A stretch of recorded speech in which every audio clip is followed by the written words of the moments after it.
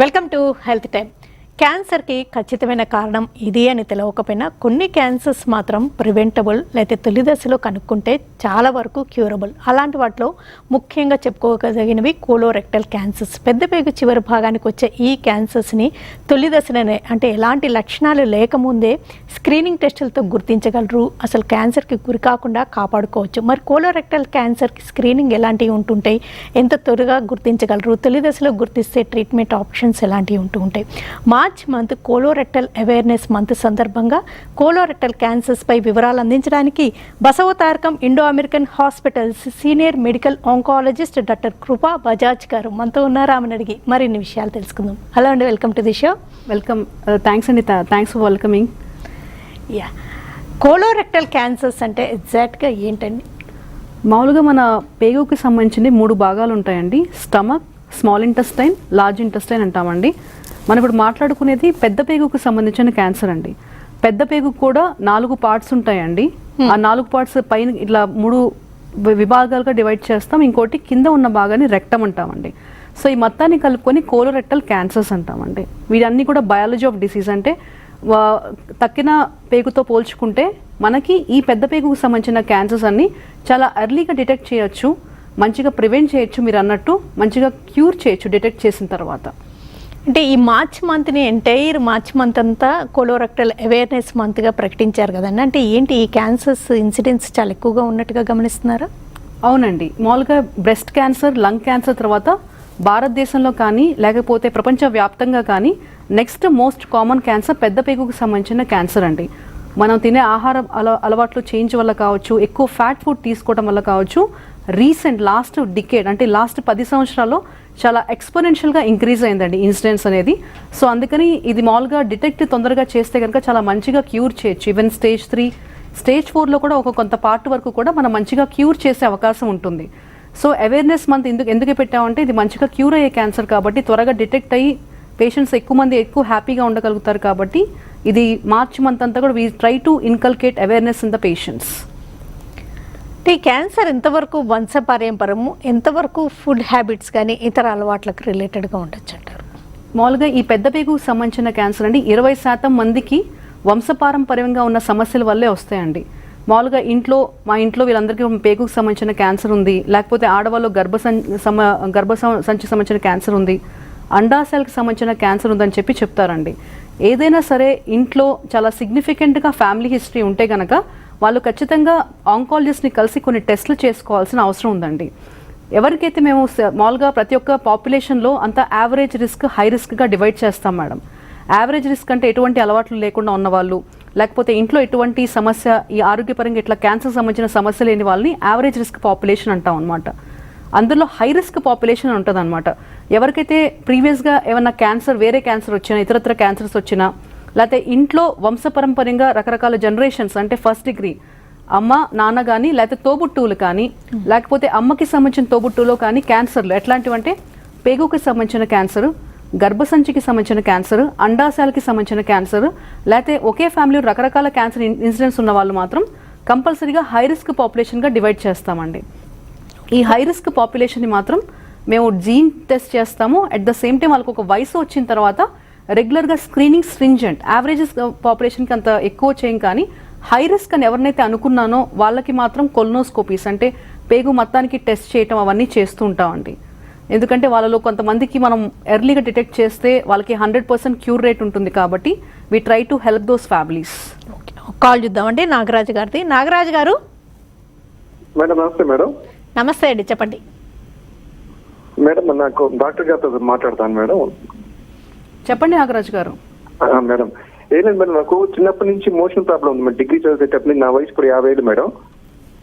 చెప్పండి. దాని గురించి ఒకసారి కరోనా టెస్ట్ చేయకుండా చేయించుకున్నాను, గ్యాస్ట్రోఎంటర్లో చేయించుకున్నాను మన అమీర్పేటలో. ఏం లేదన్నారు. ఓకే. కాకపోతే ఇప్పుడు ఎండాకాలం వచ్చినప్పుడు మోషన్ రాదు మేడం. చాలా వరకు ఎంత నీళ్ళు తాగినా ఎంత చేసినా కూడా నీళ్ళు రాదు, అదే మోషన్ రాదు మేడం. నాకు డాక్టర్ అన్నారు పోయిన టెస్ట్ చేసినప్పుడు ప్రాబ్లం లేదా అని కొంచెం టెన్షన్ ఉన్నట్టు మనిషి, ప్రశాంతంగా ఉండని మనిషి అని చెప్పారు డాక్టర్ గారు గ్యాస్ట్రోఎంటరాలజీ టెస్ట్ చేయించినప్పుడు. ఇప్పుడు ఎండాకాలం మోషన్ రాదు మేడం, బ్లడ్ పడుతుంటది నాకు. అప్పుడప్పుడు ఎండ ఎక్కువైనప్పుడు వేడి ఎక్కువైనప్పుడు బ్లడ్ పడుతుంది మోషన్లో, గట్టిగా ఉంటుంది కొంచెం వరకు. ఓకే. నాగరాజు గారు మీకు ముందు ఎప్పటి నుంచి ఎన్ని సంవత్సరాల నుంచి ఉందండి ఇట్లా మోషన్ కి సంబంధించిన ఇబ్బంది? చాలా సంవత్సరాల నుంచి ఉందా లేకపోతే రీసెంట్ గా ఈ మధ్య నుంచి వచ్చిందా అండి? లేదు మేడం, 20 years నుంచి నాకు. ఓకే, దగ్గర 20 సంవత్సరాల నుంచి ఉంది మీకు. ఉంది మరి. మా వంశపారంపర్యం అంటారు కదా మేడం, అటు మా ఫాదర్ అదే పరిస్థితి, కానీ మా తాతగారు బాగుండేవాడు, మా నాన్న కూడా ఇదే పరిస్థితి ఉండేది. కానీ మా ఇంట్లో క్యాన్సర్ ఉంది మేడం. ఎలా అంటే మా స్మోకర్ నాన్నగారు, తర్వాత మా తాతగారు కూడా ఆయనకు గొంతు క్యాన్సర్ వచ్చింది, మా నాన్నగారు గొంతు క్యాన్సర్ వచ్చింది, మా అన్న కూడా రీసెంట్ గా రెక్టమ్ దాన్ని ఏమంటారు మేడం, లివర్ సంబంధించి క్యాన్సర్ ఏదో వచ్చింది ఆయన కూడా. ఓకే, మామూలుగా అండి మీకు క్యాన్సర్ ఇంట్లో హిస్టరీ ఆఫ్ క్యాన్సర్ చెప్పారు కదండి. మామూలుగా స్మోకింగ్, టొబాకో అలవాటు ఉన్న వాళ్ళకి స్మోకింగ్ రావడం అనేది పెద్ద ఇది కాదండి, అది ఖచ్చితంగా వస్తుంది. అది ఎక్కువ టొబాకో కానీ ఆల్కహాల్ ఎక్స్పోజ్ అయిన వాళ్ళకి క్యాన్సర్ వచ్చే అవకాశం చాలా ఎక్కువ ఉంటుందండి. అలా ఎక్స్పోజ్ అవ్వకుండా కూడా వంశపారంపర్యంగా మనకి చాలా మందికి ఇన్వాల్వ్మెంట్ ఉండి క్యాన్సర్ ఉంటేనే మనం దాన్ని పరిగణలో తీసుకుంటాం అనమాట. స్మోకింగ్ అలవాటు ఉన్న వాళ్ళకి హెడ్ అండ్ నెక్ క్యాన్సర్స్ రావడం అనేది చాలా సహజం. లివర్ క్యాన్సర్కి యూజువల్లీ హెపటైటిస్ అనే ఒక ఇన్ఫెక్షన్ ద్వారా వస్తుందండి. సో మీరు చెప్పిన ఫ్యామిలీ హిస్టరీ అనేది వంశపారంగా ఒక వంశం నుంచి ఒకరి నుంచి ఒక జనరేషన్కి వెళ్ళే అవకాశం ఉంటుందండి. అది సెల్ఫ్ ఇన్ఫ్లిక్టెడ్ హార్మ్ అంటే స్మోకింగ్ వల్ల కానీ లేకపోతే రకరకాల ఇన్ఫెక్షన్స్ వల్ల కానీ వచ్చే క్యాన్సర్. మీరు చెప్తున్న కాన్స్టిపేషన్ అనే ప్రాబ్లం హ్యాబిచువల్ కాన్స్టిపేషన్, అంటే ఒక మనిషికి చాలా అంటే వాళ్ళకి వాళ్ళ తీరు శరీరం తీరు అట్లా ఉంటుందన్నమాట. పెద్ద పేగుకి సంబంధించిన మొటిలిటీ అనేది కొంచెం తక్కువ ఉన్న వాళ్ళకి ఇట్లా అవుతుంది. అలాంటి వాళ్ళకి కొంచెం టెంపరేచర్ చేంజ్ అయితే కొంచెం పైల్స్లా రావటం, బ్లడ్లా పట్టడం సహజం. కానీ డెఫినెట్గా ఏదైనా కొత్త చేంజ్ వస్తున్నా, ఏదైనా ఎక్కువ ఇబ్బందిగా ఉన్నా డెఫినెట్గా మీరు అన్నట్టు డాక్టర్ గారిని కలవడం అనేది చాలా ఇంపార్టెంట్ అండి. బట్ మీది మాత్రం క్యాన్సర్కి సంబంధించింది కాదండి, కంగారు పడాల్సింది అయితే ఏమీ లేదు. ఇయర్లీ వన్స్ డెఫినెట్గా చెకప్కి వెళ్ళండి. మీరు 40 years ప్లస్ కాబట్టి సరిపోతుంది. ఇలా కాన్స్టిపేషన్కి కానీ లేకపోతే రెడ్ మీట్ కానీ లేకపోతే నాన్ వెజ్ ఎక్కువగా తీసుకునే వాళ్ళకి ఈ క్యాన్సర్ వస్తుందేమో లేకపోతే క్యాన్సర్ వచ్చే రిస్క్ ఎక్కువ అని అంటుంటారు. ఎంతవరకు ఫ్యాక్ట్ ఉంటుంది? అబ్సల్యూట్లీ ఇది ఒక ఫ్యాక్ట్ అండి. మామూలుగా ఎప్పుడైనా సరే ఎక్కువ ఆల్కహాల్ కన్సంప్షన్ కానీ లేకపోతే ఎక్కువ స్మోకింగ్ చేసే వాళ్ళకి కానీ రెడ్ మీట్ కన్సంప్షన్ కానీ విపరీతంగా తినే వాళ్ళకి యూజువల్లీ వెస్ట్లో ఈ కోలరెక్టల్ పెద్ద పేగుకు సంబంధించిన క్యాన్సర్ ఇన్సిడెన్స్ చాలా ఎక్కువ ఉంటుందండి. రీజన్ ఏంటంటే మీట్ ఎక్కువ కన్సంప్షన్ చేయడం వల్ల, ఫ్యాట్ ఎక్కువ కన్జ్యూమ్ చేయడం వల్ల చాలా ఎక్కువ ఉంటుందన్నమాట. Red meat induces lot of constipation, అంటే చాలా మలబద్ధకం ఎక్కువ రావటం, ఇన్ఫ్లమేషన్ రావటం వల్ల క్యాన్సర్ ఇన్సిడెన్స్ చాలా ఎక్కువ రెడ్ మీట్ కన్జ్యూమ్ చేసే వాళ్ళు ఎక్కువ ఉండటం సహజం అండి. ఒక కాల్ చూద్దామండి. వెస్ట్ గోదావరి నుంచి శ్రీనివాసరావు గారు. శ్రీనివాసరావు గారు. అవునండి, నమస్తే అండి, చెప్పండి. నమస్తే అండి. ఒక 2 నెలల నుంచి మోషన్కి వెళ్తుంటే నీటిలో తేలుతుందండి. ఫ్లష్ చేసినప్పటికీ కూడా అది మళ్ళీ అందులోనే ఉంటుంది. అలా ఉండకూడదని అంటున్నారు అందరూ. అది ఏంటి ఒకసారి తెలుసుకుందామని చేస్తున్నాను. కరెక్ట్. మీకు ఫ్లష్ చేస్తున్నా వెళ్ళట్లేదు అంటే మోషన్లో ఫ్యాట్ కంటెంట్ ఎక్కువ ఉంటుందండి. యూజువల్లీ ప్యాంక్రియాస్ అనే గ్రంథి నుంచి ఫ్యాట్ని డిజాల్వ్ చేసే ఎంజైమ్స్ వస్తాయండి, కెమికల్స్. ఒకవేళ మీ ప్యాంక్రియాస్ గ్రంథి సరిగ్గా పనిచేయకపోతుంటే, ఒక గ్రంథి నుంచి వచ్చే ఆ కెమికల్ సరిగ్గా రిలీజ్ అయిపోతుంటే మీకు పొట్టలో ఉన్న ఫ్యాట్ మీకు సరిగ్గా అరుగుదల లేకపోతే అట్లా అవుతుందండి. మీకు ఏమైనా ఆల్కహాల్ ఎక్కువ అలవాటు ఉన్నా, అంటే మందు దాగే అలవాటు ఉన్నా, అవన్నీ ఉన్నా కానీ ఆపేసేసాల్సి వస్తుంది. ఒకసారి దానికి ప్యాంక్రియాస్ అనే గ్రంథికి సంబంధించిన డాక్టర్ గారిని కలవాలి. మెడికల్ గ్యాస్ట్రోఎంట్రాలజిస్ట్ అంటారండి. ఆయన్ని కలిస్తే మీకు సొల్యూషన్ వస్తుంది. ఆ మోషన్కి సంబంధించిన టెస్ట్ చేసి వాళ్ళు చూసి అవసరమైతే కొన్ని ఎంజైమ్స్ అనేవి క్యాప్సూల్స్ రూపంలో ఇస్తారండి. ఇదేమి క్యాన్సర్ సంబంధించిన ఇబ్బంది కాదు ఖచ్చితంగా. ఇలా అనుమానం ఉన్నా లేకపోతే కాన్స్టిపేషన్ ఉన్న, ఫ్యామిలీలో హిస్టరీ ఉన్నా, లేకపోతే ఆల్కహాల్ లాంటి అలవాట్లు ఉన్న వాళ్ళకి పెద్ద పేగు చివరి భాగానికి సంబంధించిన క్యాన్సర్స్ నుంచి రూల్ అవుట్ చేసుకోవాలంటే ఏ స్క్రీనింగ్ టెస్టులు ఏ వయసులో ఎన్నిసార్లు చేయించుకుంటే మంచిది? కరెక్ట్. అందరికీ కాదండి, ఎవరికైతే సడన్ రీసెంట్ ఆన్సెట్గా చాలా ఎక్కువ కాన్స్టిపేషన్ రావడం కానీ, లేకపోతే విపరీతమైన పొట్ట నొప్పి రావడం, మోషన్లో బ్లడ్ పడటం, లేకపోతే ఫ్యామిలీ హిస్టరీ ఉంటే కనుక డాక్టర్ని కలవాల్సి ఉంటుందండి. మీరు చెప్పినట్టు ఈ సిమ్టమ్స్ ఉంటే ఫస్ట్ స్క్రీనింగ్ అంటాం. అంటే సిగ్నిఫికెంట్ సిమ్టమ్స్ ఉన్న వాళ్ళకి డెఫినెట్గా ఫస్ట్ కొలనోస్కోపీ స్క్రీనింగ్ చేస్తామండి. రీజన్ ఏంటో చూస్తాం. అబ్నార్మల్గా ఉంది అంటే కొన్ని చిన్న చిన్న కణితల్లా ఉంటాయి అన్నమాట, పాలిప్స్ అని. ఆ పాలిప్స్ అనేవి కనుక బయటపడితే కనుక రెగ్యులర్గా ఇయర్లీ వన్స్ స్క్రీనింగ్ చేస్తూ ఉంటాం కొలనోస్కోపీ చేసి. లేదు అట్లా సిమ్టమ్స్ లేదు, జస్ట్ ఊరినే స్క్రీనింగ్కి వచ్చారు అంటే రిస్క్ మీకు ఇందాక చెప్పినట్టు చూస్తాం అనమాట. పేషెంట్కి ఏమైనా ముందే ఏమైనా జబ్బులు ఉన్నాయా, ఇంట్లో ఏమైనా క్యాన్సర్స్ ఉన్నాయా చూస్తాం అనమాట. ఎక్కువ హిస్టరీ లేదంటే కేవలం స్టూల్లో బ్లడ్ ఎట్లా ఉంది చూస్తామండి, అంతే. లేదు ఫ్యామిలీలో హిస్టరీ ఉంది, పేషెంట్ కూడా అంతకుముందు ఏమైనా సిమ్టమ్స్ ఉన్నాయి ఎట్లా అనుకుంటే కనుక, ఎవరైతే ఫ్యామిలీలో క్యాన్సర్కి సంబంధించిన ఎఫెక్ట్ అయ్యారో ఒక 10 సంవత్సరాల ముందు నుంచే వాళ్ళకి కొలనోస్కోపీ స్క్రీనింగ్ అంటే యాన్యువల్ ఇయర్లీ వన్స్ కొలనోస్కోపీ చేసి చూసి ఏమైనా కణితులు ఉన్నాయో చూస్తామండి. కణితులు కనుక కనిపిస్తే ఏమైనా అబ్నార్మల్గా ఉందా నార్మల్గా ఉందా చూస్తాం అనమాట. మామూలుగా రెగ్యులర్గా అందరిలో కూడా పెద్ద పేగులో చిన్న చిన్న కణితలు రావడం సహజం, కానీ దాని నంబర్ 20 కన్నా ఎక్కువ ఉందా లేకపోతే అబ్నార్మల్గా ఉందా చూడటానికి, దాని నుంచి యాక్టివ్గా బ్లీడింగ్ అవుతుందా చూసుకొని ఆ కణితకి సంబంధించిన టెస్ట్ చేసి దానిలో ఏమైనా తేడా ఎక్కువ కనిపిస్తూ ఉంటే ఇంకా ఎక్కువ యాక్టివ్గా చేస్తూ ఉంటాం అనమాట. దీన్ని స్క్రీనింగ్ అండ్ సర్వేలెన్స్ అంటాం ప్రతి ఒక్కరికి. Short break తీసుకుందండి. బ్రేక్ తర్వాత ఈ కోలోరెక్టల్ క్యాన్సర్స్కి అంటే స్క్రీనింగ్ టెస్టులో మీరు చెప్పినట్టుగా కొలనోస్కోపీ కానీ లేకపోతే సిగ్మాయిడోస్కోపీ ఇలాంటి టెస్టులు చేసినప్పుడు పాలిప్ కనిపిస్తే మరి ఏం చేయాలి, నెక్స్ట్ యాక్షన్ ఎలా ఉంటుంది, తొలి దశలో కనుక్కుంటే ట్రీట్మెంట్ ఆప్షన్స్ ఏంటి డిస్కస్ చేద్దాం. హెల్త్ టైంలో short break.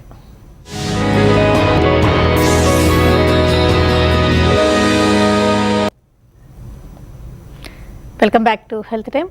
March month colorectal awareness month సందర్భంగా కోలోరెక్టల్ క్యాన్సర్స్ పెద్దపేగు చివరి భాగం క్యాన్సర్స్పై అవగాహన కల్పించడానికి Basavatarakam Indo American hospitals senior medical oncologist doctor కృపా బజాజ్ గారు మనతో ఉన్నారు. అంటే ఈ క్యాన్సర్స్ స్క్రీనింగ్లో జనరల్ హెల్త్ చెకప్లో ఒక పాలిప్ ఉందని చూశారనుకోండి, ఏంటి ఆ పాలిప్ ఏంటి అని స్టడీ చేయాల్సి ఉంటుందా, ఏం గమనించుకుంటూ ఉండాలి? డెఫినెట్లీ అండి. పాలిప్లో మామూలుగా ఆ కణిత రకాలు ఉంటాయండి. అగ్రెసివ్ ఒకటి పాలిపా, నంబర్ ఆఫ్ ద పాలిప్స్ అంటే ఒకటి ఉన్నాయా ఎక్కువ ఉన్నాయా, ఎట్లా ఉంది, పెద్ద పేగు మొత్తం ఉన్నాయా లేకపోతే ఒక పార్ట్లో మాత్రం ఉన్నాయి ఫస్ట్ చూసుకుంటామండి. అది ఎలా ఉంది అంటే మనకి మామూలుగా ఒక క్యాన్సర్ అనేది కొంచెం ఇర్రెగ్యులర్గా గ్రోత్ ఉంటుందండి, అట్లా ఉందా లేకపోతే మామూలుగా ప్లెయిన్గా ఉందా, ఇవన్నీ చూసుకుంటామండి. అలా ఉండి ఏమైనా అబ్నార్మల్గా ఉంది పాలిప్, సిగ్నిఫికెంట్గా అబ్నార్మల్ అంటే మాత్రం దాన్ని ఒక కణితిని ఆ ముక్క తీసి ముక్క పరీక్షకి పంపిస్తామండి. అలా ఉన్నప్పుడు దానిలో క్యాన్సర్లా వృద్ధి చెందే లక్షణాలు ఎక్కువ ఉన్న కణితలు ఉంటాయన్నమాట, డిస్ప్లేసియా అంటాం. అట్లా కనుక ఉంటే కనుక వాళ్ళని కొంచెం యాక్టివ్గా చూసుకుంటూ ఉంటామండి. ఆ కణితను తీయటంతో పాటు మళ్ళీ రెగ్యులర్గా మళ్ళీ ప్రోటోకాల్ వైజ్ మళ్ళీ చూసుకుంటా, ప్రతి 6 నెలలకు ఒకసారి పిలుచుకోవటం, మళ్ళీ కొల్నోస్కోపీ చేసుకోవడం అవన్నీ చేస్తూ ఉంటామండి. ఓకే. అంటే మామూలుగా కొల్నోస్కోపీలో పిక్చర్లో పాలిప్ ఎలా ఉంది, రౌండ్గా సాఫ్ట్గా రెగ్యులర్గా లేకుండా ఉంది అంటే వదిలేయచ్చు అంటారా? వదిలేయచ్చండి. ఒకటి చిన్నది పాలిప్ ఉండి రౌండ్గా సాఫ్ట్గా ఉండి స్మూత్గా ఉంది అంటే కనుక దాన్ని జస్ట్ ఏమీ చేయకుండా వదిలేసేయచ్చు. మా అయితే ఒక బయాప్సీ తీస్తాం అంతే తప్పితే దాన్ని ఏమి ఇంకా యాక్టివ్గా మేమేమి చేయము. అట్లాంటి వాళ్ళకి ఏమి యాక్టివ్గా ఎక్కువ ప్రతి 6 నెలలకి రావాలి, సంవత్సరానికి రావాలని చెప్పము. జస్ట్ ఇన్సిడెంటల్గా ఫైండింగ్ ఉండటం చాలా సహజం. 100 మందిని చేస్తే 120 మందికి రావచ్చు ఒక చిన్న కణిత. కానీ సిగ్నిఫికెంట్ నంబర్ అబ్నార్మల్గా ఉండటం అవన్నీ మాత్రం రెడ్ ఫ్లాగ్ సైన్స్. వాళ్ళకి మాత్రం చాలా ఫ్రీక్వెంట్గా స్క్రీనింగ్ చేసుకుంటూ ఉంటాం అన్నమాట. ఓకే. అంటే వాళ్ళకి సిమ్టమ్స్ కనిపించక ముందే ఇంకా వాళ్ళని ట్రీట్మెంట్ ఇవ్వడం అలా జరుగుతుంది అంటారా? అలాంటి ఆ స్టేజ్లో సిమ్టమ్స్ ఏమి ఉండవు కదా? పాలిప్స్లో కూడా మనకి మామూలుగా అండి దాని నుంచి బ్లీడింగ్ అయ్యే అవకాశం ఉంటుందండి. మోషన్ అయితే ఆ రాపిడి వల్ల కొంచెం బ్లీడింగ్ అయ్యే అవకాశం ఉంటుంది. పాలిప్స్ 1-2 చిన్నగా ఉంటే పెద్దగా అవ్వకపోవచ్చు, కానీ అది ఇన్స్టెంట్గా బయటపడుతుంది. కానీ బట్ పెద్ద పాలిప్స్ ఉన్నా లేకపోతే డిస్ప్లేషన్ ఏదైతే క్యాన్సర్ వృద్ధి చెందే అవకాశం ఉన్న పాలిప్లు అయితే కనుక దాని నుంచి కొంచెం రాపిడి తగిన ఈజీగా ఫ్రైబుల్ అంటాం, అంటే ఈజీగా దాని నుంచి బ్లీడింగ్ ఫాస్ట్గా వచ్చే అవకాశం ఉంటుంది. సో అట్లా బ్లీడింగ్ కనుక వచ్చే అవకాశం ఉన్న పాలిప్స్ కనుక అవి అగ్రెసివ్ పాలిప్స్ ఉంటాయి కాబట్టి వాటిని డిస్ప్లేషియా ఉంటే మాత్రం చాలా ఫ్రీక్వెంట్గా చూస్తూ ఉంటామండి. ఓకే. అంటే ఈ బ్లీడింగ్ని అంతగా గమనించకపోవచ్చు కదండి, అంటే బాగా హెవీ బ్లీడింగ్ అయితేనే కొంచెం గమనించుకోగలుగుతారు, అంటే లైట్ బ్లీడింగ్ అనేది తెలవకపోవచ్చు కదా, అంటే ఎలాగే స్క్రీనింగ్ టెస్టులతోనే గుర్తించగలరంటారా ఎర్లీ స్టేజెస్లో? ఎస్, ఎర్లీ స్టేజెస్లో మామూలుగా స్టూల్ అకల్ట్ బ్లడ్ అంటామండి, అంటే కనిపించకుండా ఉన్న స్టూల్ని మోషన్కి సంబంధించిన టెస్ట్ చేసి చూసి అది పాజిటివ్ ఉందా నెగిటివ్ ఉందా చూసుకుంటామండి. అదే నేను చెప్పాను కదా ఇందాక యావరేజ్ రిస్క్ పాపులేషన్ అని, వాళ్ళకి ఫస్ట్ మోషన్లో బ్లడ్ చూస్తామండి. అది నెగిటివ్గా ఉంటే కనుక వాళ్ళకి మళ్ళీ ఎక్స్ట్రా ఇంకేం టెస్ట్లు చెప్పాం.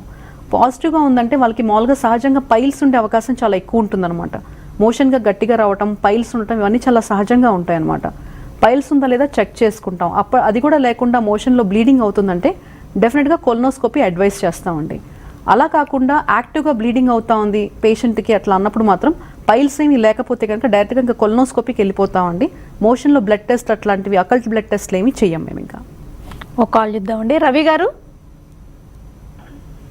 Hello madam. రవి గారు చెప్పండి. నమస్తే డాక్టర్. నమస్తే అండి. నమస్తే రవి గారు చెప్పండి. మేడం 4 years బ్యాక్ మా మిస్సెస్ కొలనోస్కోపీతో చనిపోయారు. సర్జరీ కూడా అయింది. ఓకే అండి. బసవతారకలో సర్జరీ కూడా అయింది. గోడలకి సర్జరీ అయిన తర్వాత కూడా లేదు, 1 year కంటే ఎక్కువ లేదనమాట, చనిపోయింది. సో ఇప్పుడు విషయం ఏంటంటే పిల్లల ఏజ్ వచ్చేసి 16 years, పాప ఏజ్ వచ్చేసి 10 years. సో ఫ్యూచర్ లో వీళ్ళకు అంటే ఏమంటారు జెనెటికల్ గా ఏమన్నా అంటే మదర్ సైడ్ నుంచి చూస్తారా జెనెటికల్, ఫాదర్ సైడ్ నుంచి చూస్తారా జెనెటికల్? ఫ్యూచర్ లో నేను ఎలాంటి కేర్ తీసుకోవచ్చు పిల్లల విషయం వల్ల? మీ వైఫ్ ఏ వయసు అప్పుడు చనిపోయారు సార్? 30 age madam. 30 ఇయర్స్. మీ వైఫ్ వాళ్ళ బంధువుల్లో అంటే వాళ్ళ అమ్మ సైడ్ కానీ నాన్న సైడ్ కానీ ఏమన్నా క్యాన్సర్ హిస్టరీ, ఎటువంటి క్యాన్సర్ హిస్టరీ ఉందా ఫస్ట్ కనుక్కోండి. ఒకవేళ కనుక మీ వైఫ్ వాళ్ళ సైడ్ కూడా ఫ్యామిలీ హిస్టరీ ఆఫ్ క్యాన్సర్ ఉండి మేడంకి కూడా క్యాన్సర్ ఉందంటే కనుక డెఫినెట్లీ ఇది హై రిస్క్ అండి. మామూలుగా ఏంటంటే ఎవరైతే క్యాన్సర్ వచ్చిందో వాళ్ళకి ఒక బ్లడ్ టెస్ట్ చేస్తాం, తెల్ల రక్త కణాల మీద ఒక బ్లడ్ టెస్ట్ చేసి దానిలో క్యాన్సర్ వచ్చే అవకాశం ఉన్న హై రిస్క్ జీన్స్ ఉన్నాయో లేదో చెక్ చేస్తామండి. ప్రతి మనిషిలో 2 జీన్స్ ఉంటాయండి, ఒకటి అమ్మ దగ్గర నుంచి వస్తుంది, ఒకటి నాన్న దగ్గర నుంచి వస్తుందండి. ఎటు సైడ్ వచ్చినా సరే, ఎవరి దగ్గర నుంచి రిస్క్ వచ్చినా సరే మనిషిలో హాఫ్ జీన్స్ అమ్మవి, హాఫ్ జీన్స్ నాన్నవి కాబట్టి క్యాన్సర్ వచ్చే అవకాశం ఉంటుంది. కానీ మీ వైఫ్కి వచ్చిన ఏజ్ చాలా చిన్నదండి. ఒకవేళ కనుక మీ వైఫ్ సైడ్ మీరు సరిగ్గా కనుక్కుంటే ఫ్యామిలీ హిస్టరీ ఉండి మీ వైఫ్ కూడా ఆ ఇష్యూ వల్ల వస్తే కనుక మీ వైఫ్ ఇప్పుడు లేరు కాబట్టి మీరు మీ వైఫ్కి టెస్ట్ చేయలేరు. కానీ తన నుంచి తనకి నెక్స్ట్ జనరేషన్ అంటే తన పిల్లలు ఉన్నారు కాబట్టి వాళ్ళకి జనరల్గా కోలన్ క్యాన్సర్ సంబంధించిన జర్మ్ లైన్ టెస్టింగ్ అంటే ఒక ప్యానల్ ఉంటుంది, అంటే ఒక జీన్స్ ఒక ప్యానల్ ఉంటుంది, ఒక 24 జీన్స్ ప్యానల్. ఆ జీన్స్ టెస్ట్ మీ పిల్లల్లో చూసుకొని వాళ్ళలో హై రిస్క్ ఉందా లేదా చెక్ చేసుకోవాల్సిన అవసరం ఉంటుంది. ఒకవేళ హై రిస్క్ జీన్ వాళ్ళలో కనిపించింది అంటే కనుక ఒక వయసు వచ్చిన తర్వాత అంటే మీ వైఫ్కి 34 ఇయర్స్కి వచ్చింది అనుకోండి, వాళ్ళకి 24 ఇయర్స్ నుంచే వాళ్ళకి కొంచెం జాగ్రత్తగా అన్నీ చేసుకుంటూ ఉండటం, వాళ్ళకి పిల్లల్ని ప్లాన్ చేసుకున్నప్పుడు కొంచెం జాగ్రత్తగా అంటే మామూలుగా భర్త భార్య రెగ్యులర్గా కలిస్తే మామూలుగా పుట్టడం కన్నా ఐవీఎఫ్ ద్వారా చేసుకొని ఆ ఆర్టిఫిషియల్గా వచ్చే పిండం మీద మళ్ళీ మీ పిల్లలు ఎవరికైనా పాజిటివ్ ఉంటే ఆ జీన్స్ టెస్ట్ మళ్ళీ చేసుకొని చూస్తాను. ఇందాక నేను చెప్పినట్టు ప్రతి ఒక్క మనిషికి అమ్మ దగ్గర నుంచి సగం జీన్స్, నాన్న దగ్గర నుంచి సగం జీన్స్ వస్తాయి కాబట్టి ఆ పిండంలో ఒకవేళ కనుక అమ్మ దగ్గర నుంచి అబ్నార్మల్ జీన్ కాకుండా నార్మల్ జీన్ వస్తే కనుక ఎటువంటి సమస్య ఉండదండి. ఆ 16 పిండాలు ఏమైనా చేస్తే దానిలో సగం వరకే అబ్నార్మల్గా ఉంటాయి, సగం నార్మల్గా ఉంటాయి. వీళ్ళ దగ్గర నుంచి నెక్స్ట్ జనరేషన్కి వెళ్ళే అవకాశం ఇంకా పూర్తిగా నల్లిఫై అయిపోతుంది అనమాట, ఇంకెటువంటి ఇబ్బంది ఉండదు. సో అట్లా చేసుకోవచ్చు.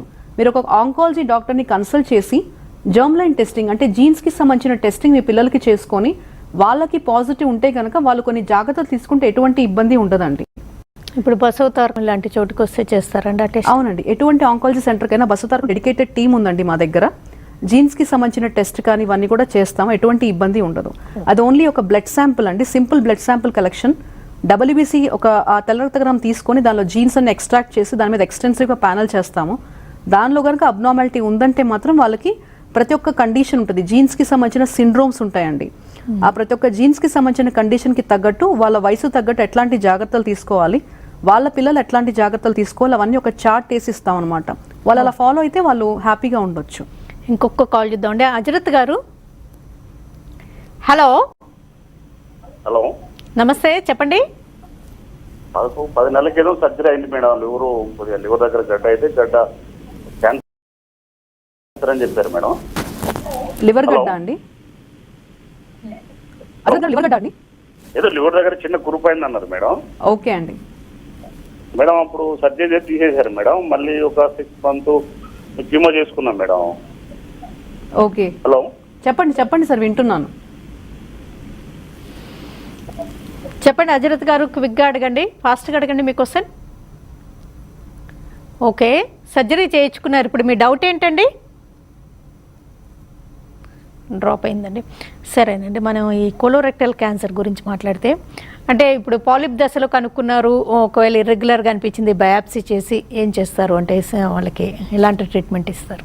పాలిప్ దశలో ఉన్నప్పుడు మేము అది టెస్ట్ చేసినప్పుడు క్యాన్సర్గా మారే లక్షణాలు తక్కువ ఉన్నాయి ఎక్కువ ఉన్నాయి చూస్తామండి. అది హై రిస్క్ డిస్ప్లేషనా లో రిస్క్ డిస్ప్లేషన్ చూస్తామండి. ఒకవేళ హై రిస్క్ అని వస్తే కనుక ఇందాక అనుకున్నట్టు వాళ్ళకైనా ఫ్యామిలీలో ఏమన్నా జన్యుపరమైన సమస్యలు ఉన్నాయా, లేకపోతే మనిషికి కొన్ని కండిషన్స్ ఉంటాయండి పెద్ద పేగుకు సంబంధించినవి, అల్సరేటివ్ కోలైటిస్ అని, లేకపోతే ఇలా రకరకాల కండిషన్స్ ఉంటాయి. వాళ్ళకి బ్లడ్ మామూలుగా పడుతూ ఉంటుంది ఆ కోలన్ సంబంధించిన కండిషన్, వాళ్ళ స్వతహాగా కూడా అట్లా వచ్చే అవకాశం ఉంటుంది అనమాట. అలా ఉన్నదా లేకపోతే ఇంట్లో ఏదైనా జన్యుపరమైన సమస్య ఉందా చూసుకొని ఆ టెస్ట్ చేసుకొని చూస్తామండి. ఒకవేళ జన్యుపరమైన సమస్య కనుక బయటపడినట్లయితే కనుక వాళ్ళకి ప్రొఫైలాక్టిక్ అంటే పెద్ద పేగు మొత్తం ఆపరేషన్ చేసి తీసేస్తాం అనమాట.